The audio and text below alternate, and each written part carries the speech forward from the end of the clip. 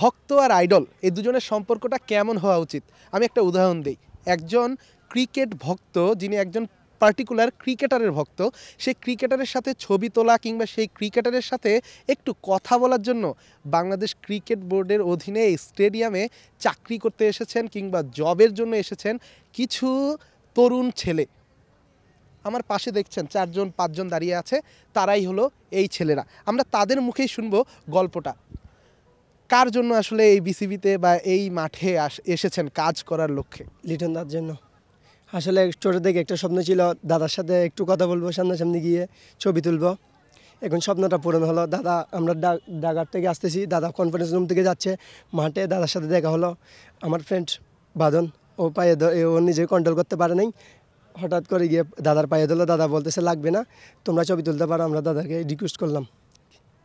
আচ্ছা, আপনার ফ্রেন্ডের কথা বলছিলেন, বাদনের কথা বলছেন, একটু বাদনের সাথে আমি কথা বলতে চাই।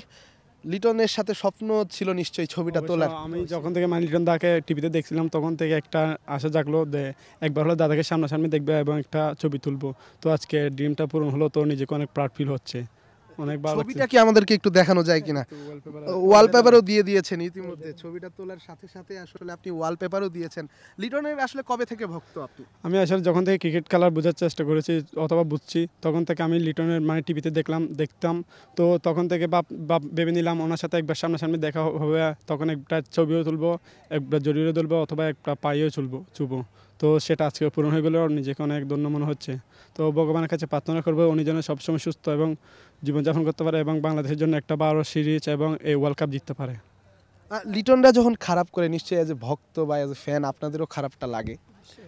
না, খারাপ লাগার কিছু নাই। যে সবাই তো আর সবসময় ভালো করতে পারে না, ভালো করলে একবার খারাপ হবে, এটা স্বাভাবিক। তো সেটা নিয়ে মন খারাপের কিছু নাই। তো আশা করবো সবসময় যেন সামনের ম্যাচগুলো ভালো খেলে, সে প্রত্যাশা থাকবে আর কি। শুনছিলেন আসলে একজন ভক্ত একজন আইডলের সেই ভালোবাসার গল্পটা। আসলে ভক্ত এবং আইডল লিটনরা বাংলাদেশের মানুষের বুকের মধ্যে থাকেন, ভালোবাসার মধ্যে থাকেন। লিটনরা এভাবেই বেঁচে থাকেন তরুণ থেকে যুবক নানান বয়সী মানুষের কাছে। আমরা লিটনদের আগামীর যে পথটা, বাংলাদেশের আগামীর যে পথটা, সেই পথটা আরও ভালো হবে। ভক্তদের যে আশা, সেই আশা তারা পূরণ করবে, এই প্রার্থনা অবশ্যই আমাদেরও থাকবে।